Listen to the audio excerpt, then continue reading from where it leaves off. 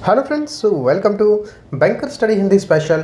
तो जैसा कि आप सभी ने थंबनेल में देख लिया होगा कि सबसे बड़ा प्रश्न यही रहता है कि क्या बैंकिंग के अंदर हिंदी बहुत टफ आती है, इंग्लिश सिंपल आती है। लोग क्यों कहते हैं कि हिंदी मत लेना, बहुत सिंपल आपको इंग्लिश मिल जाएगी देखने को, लेकिन हिंदी बहुत टफ आती है। क्या ऐसा होता है? बिल्कुल नहीं होता है। जानेंगे हम इस वीडियो में कि ऐसा लोग क्यों कहते आए हैं अभी तक कि हिंदी नहीं लेना बहुत टफ आती है, और मैं कह रहा हूँ कि हिंदी सिंपल आती है। उसके पीछे के रीज़न को हम ज़रा जान लेते हैं। तो उससे पहले एक छोटी सी जानकारी आप सभी के लिए कि हमारा अगर अभी तक आपने टेलीग्राम ग्रुप ज्वाइन नहीं किया है तो जाके ज्वाइन कर लो। यहाँ पे सर आपको क्या मिल जाएगा, डिस्क्रिप्शन बॉक्स में लिंक है, सभी के लिए फ्री ऑफ कॉस्ट अवेलेबल है ये वाला ग्रुप। तो यहाँ पे आपको क्या मिल जाएगा, हिंदी एडिटोरियल डेली यहाँ पे पीडीएफ हम आपको प्रोवाइड कराते हैं। फ्री पीडीएफ मिल जाती हैं बहुत सारे सब्जेक्ट्स की, चाहे वो प्रीलिम से रिलेटेड हो या मेन से रिलेटेड हो। इसके साथ ही इंपॉर्टेंट अपडेट मिल जाती है क्लासेस की, और डाउट डिस्कशन आप यहाँ पे कर सकते हो। और एक सबसे आकर्षक चीज़, हमारा जो पेड बैच चल रहा है उसके बारे में थोड़ी सी जानकारी आप देखिए। केवल 349 रुपीज़ इसका प्राइस है। वैलिडिटी इसकी 31 दिसंबर 2024 तक रहेगी। इस बैच में आपको मिलेगा क्या क्या, जो भी आपका सिलेबस है उन सब का हमने यहाँ पे फाउंडेशन बैच एक कंप्लीट तरीके से कराया हुआ है। जितने भी प्रकार के प्रश्न बन सकते हैं, संभावित प्रश्न बन सकते हैं, जिस भी डायमेंशन में आपका जो एग्जामिनर है हिंदी के प्रश्नों को बना सकता है, वो हमने सब यहाँ पर कवर किए हुए हैं। बेसिक से सारी चीज़ें आपको कंप्लीट कराई हुई हैं। इसके साथ ही बेसिक जो भी हमने आपके कराए हैं उन सभी चैप्टर्स का हमने आपको टेस्ट पेपर भी प्रोवाइड कराए हुए हैं। पीडीएफ भी आपको मिल जाएगी और वीडियो सॉल्यूशन भी आपको मिल जाएगा। यानी बेसिक के सारे चैप्टर, फिर उनके टेस्ट पेपर, उसके बाद आपको टॉपिक वाइज प्रैक्टिस के लिए हमने 1,500 से ऊपर ज़्यादा प्रश्नों के वीडियो सॉल्यूशन आपको मिल जाएंगे। यानी कि आपको बेसिक्स भी कवर करने को मिल जाएगा, फिर आप टेस्ट पेपर कर सकते हो। उसके बाद आप एकदम बहुत अच्छे से 1,500 प्रश्नों की हिंदी की प्रैक्टिस कर सकते हो। लेवल क्या रहता है सर? एग्ज़ाम से भी अपर लेवल रहता है। बहुत अच्छे तरीके से जब आप पढ़ेंगे तो आपको समझ आ जाएगा कि क्या कंटेंट हमने आपको प्रोवाइड कराया हुआ है। फिर इसके बाद और सबसे बड़ी जो आकर्षक चीज़ है वो है हमारे मॉक टेस्ट के बारे में। 30 मॉक टेस्ट हम आपको हिंदी के प्रोवाइड कराने वाले हैं, जिसमें आपको पीडीएफ और वीडियो सॉल्यूशन भी मिलेंगे।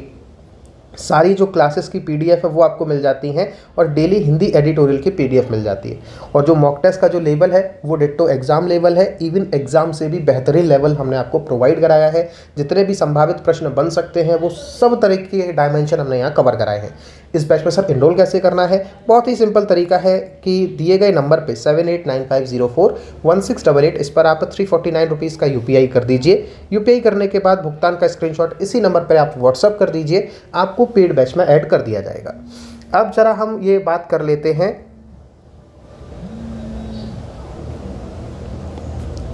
सबसे बड़े प्रश्न के ऊपर हम बात कर लेते हैं कि हिंदी हमारी जो है वो टफ पूछी जाती है। हिंदी टफ है क्या? सबसे बड़ा प्रश्न है। बिल्कुल भी नहीं है। जो लोग ऐसा कहते हैं ना, वो उनको मैं सिर्फ एक ही बात कहूँगा कि अगर आपने कोई चीज़ें नहीं की हैं तो उस पर आपको अपना ज्ञान नहीं देना चाहिए। मैं सिर्फ यही कहना चाहूँगा कि जो चीज़ें आपको कठिन लगती हैं, ये ज़रूरी नहीं है कि आप वो चीज़ असल में कठिन हो सकता है, या ये मैं कंफर्म तौर से कह सकता हूँ कि या तो आपको हिंदी नहीं आती, या फिर जब आप एग्ज़ाम में गए तो आपने उस लेवल की तैयारी नहीं की जो एग्ज़ाम में पूछा जाता है। अब एग्ज़ाम में अगर आप बैठ रहे हो तो कोई भी सब्जेक्ट हो, अगर आप उस लेवल की तैयारी करके नहीं जाओगे तो फिर तो आप हर किसी से यही कहते घूमोगे कि हिंदी टफ आती है, हिंदी टफ आती है। हिंदी बिल्कुल टफ नहीं आती है। तो सर क्या है आखिर ऐसा हिंदी में? आप कह रहे हो कि हिंदी सिंपल आती है। बिल्कुल सिंपल आती है। क्यों? क्योंकि यहाँ पे हमें सर रट्टा नहीं लगाना है। हमें यहाँ संधि समास संधि नहीं पढ़नी, समास नहीं पढ़ना। हमें यहाँ पे व्याकरण के जो नियम हैं हमें नहीं रटने। हमें ऐसी कोई चीज़ नहीं करनी है। तो सिर्फ पूछा क्या जा रहा है बताओ? ये सारी चीज़ें हमें करनी ही नहीं है। हमें संज्ञा नहीं पढ़नी, हमें विशेषण नहीं पढ़ने, हमें कुछ चीज़ें रट्टा नहीं लगाना। तो कहाँ कुछ आपको टफ देखने के लिए मिल रहा है? तो सर पूछा क्या जा रहा है? सर हिंदी में पूछा जाता है हिंदी भाषा। आपको किसकी नॉलेज होनी चाहिए? एग्ज़ाम क्या चेक करता है? सर हमारी भाषा चेक करता है कि हमें हिंदी भाषा की नॉलेज क्या है।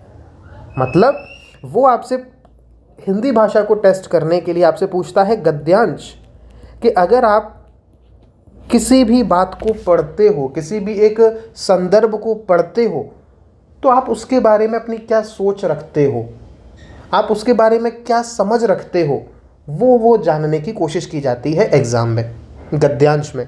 और हमने इस लेवल के गद्यांश आपको प्रोवाइड कराए हुए हैं कि एग्ज़ाम में जो आपके गद्यांश पूछे जाते हैं उनसे भी अपर लेवल के क्वेश्चन हमने प्रोवाइड कराए हैं। कोई भी मॉक टेस्ट ऐसा आपको नहीं मिलेगा आज की डेट में जो गद्यांश इस तरीके के प्रोवाइड करा रहा हो कि उसमें आपको गद्यांश के भावार्थ के आधार पे क्वेश्चन बना के दे रहा हो। ये लोग क्या करते हैं, जो यहाँ पे नॉर्मली आपको मॉक टेस्ट देते हैं, वो क्या करते हैं कि एक गद्यांश दे दिया, नीचे उसके प्रश्न पूछ लिए, अब ये प्रश्न डायरेक्ट आप जाके इस गद्यांश में से ढूंढ सकते हो। लेकिन जब आप एग्जाम में बैठते हो तो होता क्या है कि वो सर डायरेक्ट प्रश्न नहीं पूछ रहा होता, वो इस गद्यांश में जो सोच है लेखक की, जो भाव है लेखक के, उन पर आधारित प्रश्न पूछता है। तो सर इस प्रकार की हमने कभी प्रैक्टिस तो की ही नहीं थी। एग्जाम में जाके हम बैठ गए, फिर हम चिल्लाते घूम रहे हैं सर हिंदी तो बहुत टफ आती है, वहाँ पे गद्यांश भी समझ नहीं आता। लेकिन सर हम तो प्रोवाइड करा रहे हैं ना, आप जाके चेक तो करो जो हम चीज़ें प्रोवाइड करा रहे हैं। जो हमारी 2024 की प्लेलिस्ट है, अगर कोई पहली बार देख रहा है वीडियो तो जाके वो चेक तो करो। और अपने पेड बैच में तो आपको बहुत सारा कंटेंट मिलने वाला है हर एक चीज़ के ऊपर। तो वहाँ पे हमने इसी प्रकार के प्रश्न हमने आपको दिए हैं जो आपके एग्ज़ाम से बिल्कुल वास्ता रखते हैं। हमने वही सारे प्रश्न आपको वहाँ पर दिए हुए हैं, उसी लेवल के दिए हैं, इवन मैं कहूँगा उससे और अपर लेवल के प्रश्न वहाँ पर दिए हुए हैं। इसके बाद सर पूछता है हमसे गद्यांश में रिक्त स्थान, गद्यांश में रिक्त स्थान।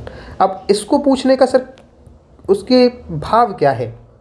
अब इसके पीछे भी सिर्फ एक ही भाव है कि गद्यांश तो आपने पढ़ लिया, उसके भावार्थ के आधार पे हमने आंसर्स भी दे लिए, लेकिन गद्यांश पढ़ते पढ़ते उस संदर्भ में क्या आप उन चीज़ों को समझ पा रहे हो जो लेखक बिना कहे आपको समझाना चाह रहा है?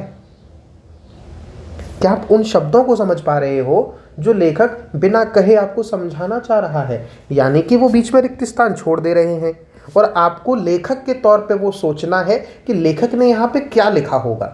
वो अगर कुछ सोच कर लिख रहा है, यानी कि हिंदी भाषा की समझ की ही बात है, तो ये भी हमने आपको बहुत अच्छे से प्रोवाइड कराए हैं। तो ये भी कहाँ टफ हुए, इसमें कितने डायमेंशन से प्रश्न बन सकते हैं वो सब हमने आपको कराए हैं। वो आपको नॉर्मल एक रिक्त स्थान दे देगा, आपसे पूछ लेगा कि सर इसमें कौन सा वाक्य आ सकता है, ये आपसे पूछ लेगा पहला। दूसरा क्या कि वो आपको रिक्त स्थान दे देगा, ऑप्शन में पूछ लेगा कि सर यहाँ पे कौन सा रिक्त स्थान नहीं आ सकता है। तीसरा आपको क्या करेगा, कुछ शब्दों को वो बोल्ड कर देगा, यानी कि कुछ शब्दों को वो हाईलाइट कर देगा और आपसे पूछेगा, जैसे वहाँ पे उसने लिख दिया प्रोत्साहन, उसको उसने यहाँ पे हाईलाइट कर दिया और आपसे एग्ज़ाम में पूछ लिया कि आपको जो विकल्प दिए गए हैं उन चारों पांचों विकल्पों में से कौन सा ऐसा विकल्प है जो इस प्रोत्साहन को प्रतिस्थापित कर सकता है, अर्थात इस प्रोत्साहन की जगह पे आ सकता है और उसके बाद भी वही अर्थ उसका बना रहे। तो सीधी सी बात, हमने इस प्रकार के हमने हर एक तरह के डायमेंशन आपको वहाँ पे कवर कराए।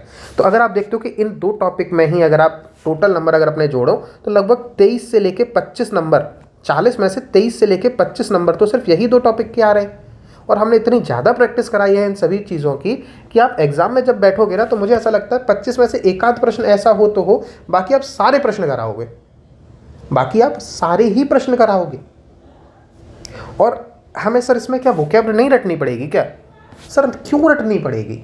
मैं आपको जो डेली रीडिंग आर्टिकल दे रहा हूँ वो मैं क्यों दे रहा हूँ? वो मैं इसीलिए तो दे रहा हूँ कि जब आप अपने उस गद्यांश को पढ़ रहे हैं, डेली आप समझ रहे हैं, वहाँ पे कुछ शब्द ऐसे आ रहे हैं जिनके आपको अर्थ ही नहीं समझ आते, तो फिर आप क्या करते हो, ऊपर नीचे की कुछ चीज़ें पढ़ के उस अर्थ को निकालने का प्रयास कर लेते हो अपने हिसाब से। फिर आप उस शब्द का आप गूगल पे अर्थ ढूंढ लीजिए, आपको समझ में आ जाएगा। आपकी वो प्रैक्टिस हो रही है कि आप उस नियरेस्ट अर्थ तक पहुंच पा रहे हो या नहीं।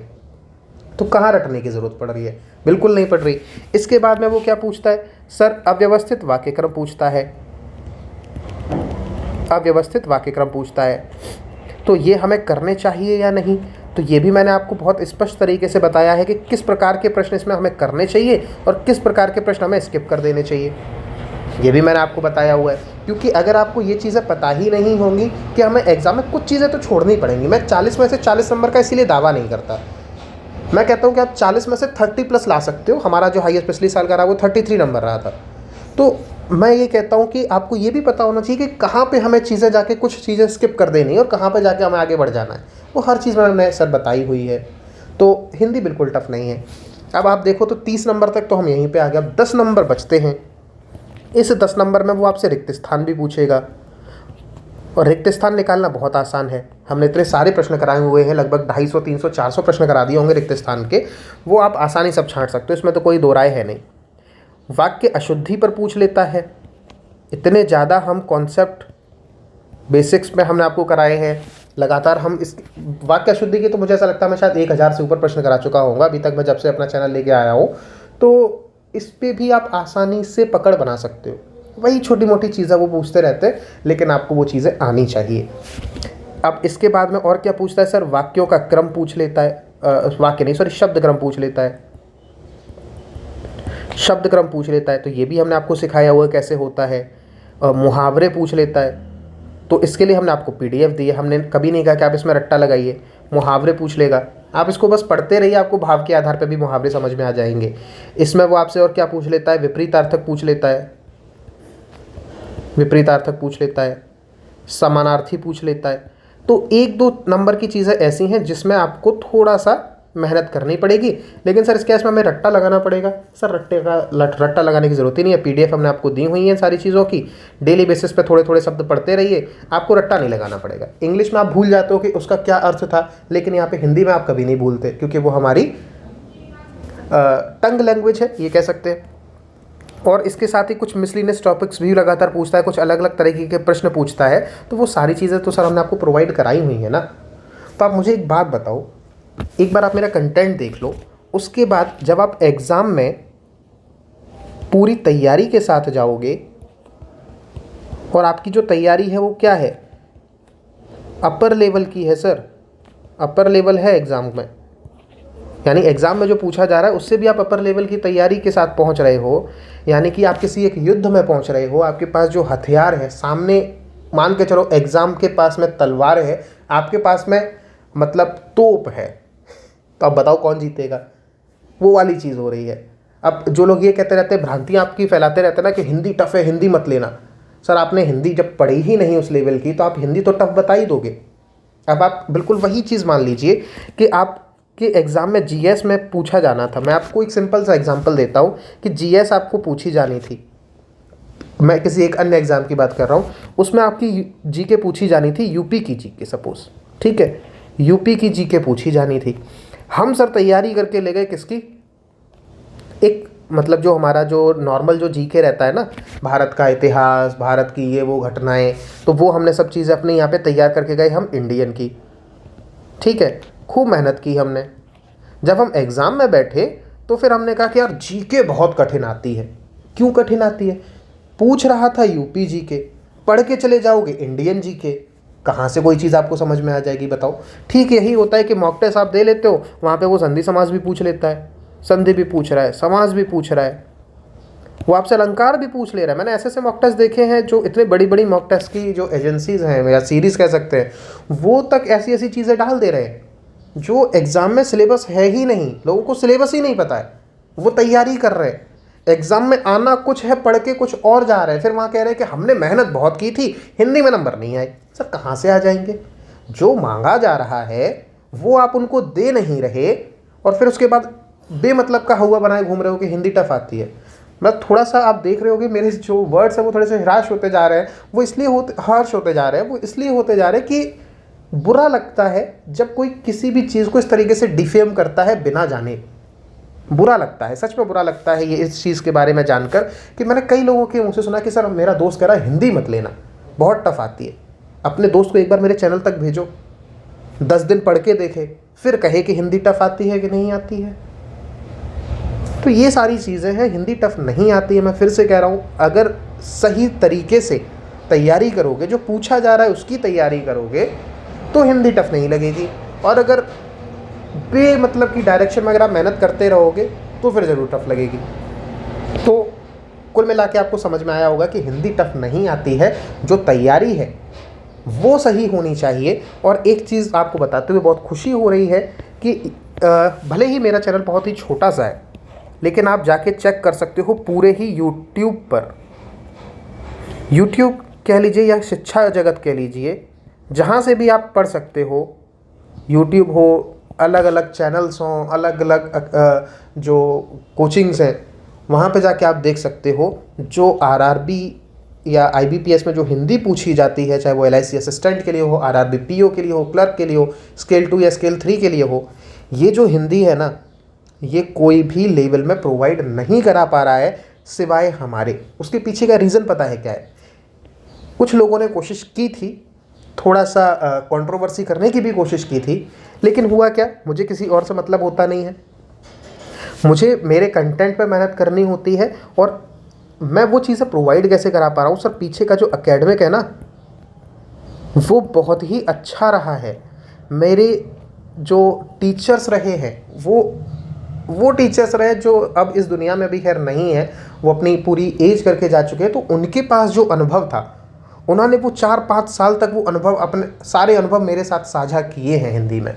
मैंने भी मेहनत की है। हमारा एकेडमिक ऐसा रहा है कि हिंदी में कोई हमसे अगर कंपटीशन करेगा तो उसको उस तरह के टीचर्स से पढ़ना पड़ेगा जिनसे हम पढ़ के आए हैं, तब कहीं जाके वो हमारे लेवल पर पहुंच पाएंगे।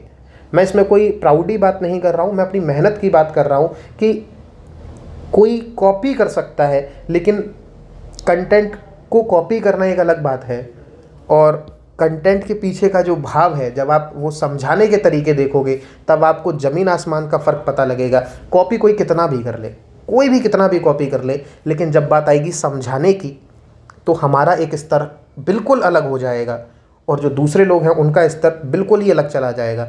वो आप आसानी से फील कर पाएंगे जब हमारी क्लासेस को लेंगे कि मैं एक एक शब्द पर भी आपको पूरी तवज्जो देते हुए ये बता देता हूँ कि ये वाली चीज़ क्यों नहीं आ पाएगी और ये वाली चीज़ क्यों आएगी। कई बार एग्ज़ाम में क्या होता है कि 2-2 ऑप्शन आ जाते हैं कि जिसमें बहुत ज़्यादा घोर कन्फ्यूज़न हो रहा होता है, लेकिन मैं उनको भी इस तरीके से कंप्लीटली आपको डिफ़ाइन करके बताता हूँ कि ये जो कन्फ्यूज़न है किस प्रकार से दूर किया जा सकता है। और अगर कोई चीज़ एलिमिनेट हो रही है, कन्फ्यूज़न के बाद भी अगर कोई चीज़ एलिमिनेट हो रही है तो उसके पीछे का रीज़न क्या है, सब चीज़ें मैं बहुत डिटेल में आपको बताता हूँ। यही वजह है कि आप लोग लगातार उस चीज़ को पसंद करते हुए जा रहे हो और आप सभी लोग अपना जो साथ है वो बनाए रखें। तो वो चीज़ देखिए काफ़ी खुशी होती है। और जो भी लोग आज देख रहे हो इस वीडियो को, मैं आपसे बस एक ही चीज़ कहना चाहता हूँ कि आप सभी लोग अपना विश्वास बनाए रखिए। बहुत बेहतरीन चीज़ें आपको लगातार मिलती रहेंगी। और अगर आपका कोई साथी, दोस्त, परिवार में कोई भी हो, अगर वो हिंदी के थ्रू अगर जाना चाहता है तो एक बार बस आप कंटेंट देखिए, उसको हमारी वीडियो आप शेयर कर दीजिए। तो केवल एक बार वो चीज़ें जब वो देखेंगे ना तो उनको सच में ये पता लगेगा कि हम किस तरीके का कंटेंट आपको प्रोवाइड करा रहे हैं। तो आपको समझ आ गया होगा कि हिंदी टफ नहीं है, लोगों ने ज़बरदस्ती का हुआ बनाया हुआ है। या अगर आप बैच परचेस कर लोगे तो मैं दावा कर सकता हूँ कि आप 30+ नंबर तक आसानी से चले जाओगे। और बहुत ही मिनिमल प्राइस मैंने रखा हुआ है, 349 रुपीज़। बिल्कुल कोई वो नहीं रखते, वैल्यू नहीं रखते। अगर आप देखो 1 महीने के रिचार्ज या 1 टाइम के पिज़्ज़ा के बराबर के रुपए हैं। अगर आप बस इतना ही अगर निकाल के हमें दे दो तो आपका ईजिली आप 1/3 कट ऑफ निकाल के दे सकते हो। तो फिर मिलेंगे हम लोग नेक्स्ट सेशन में, तब तक के लिए गुड बाय।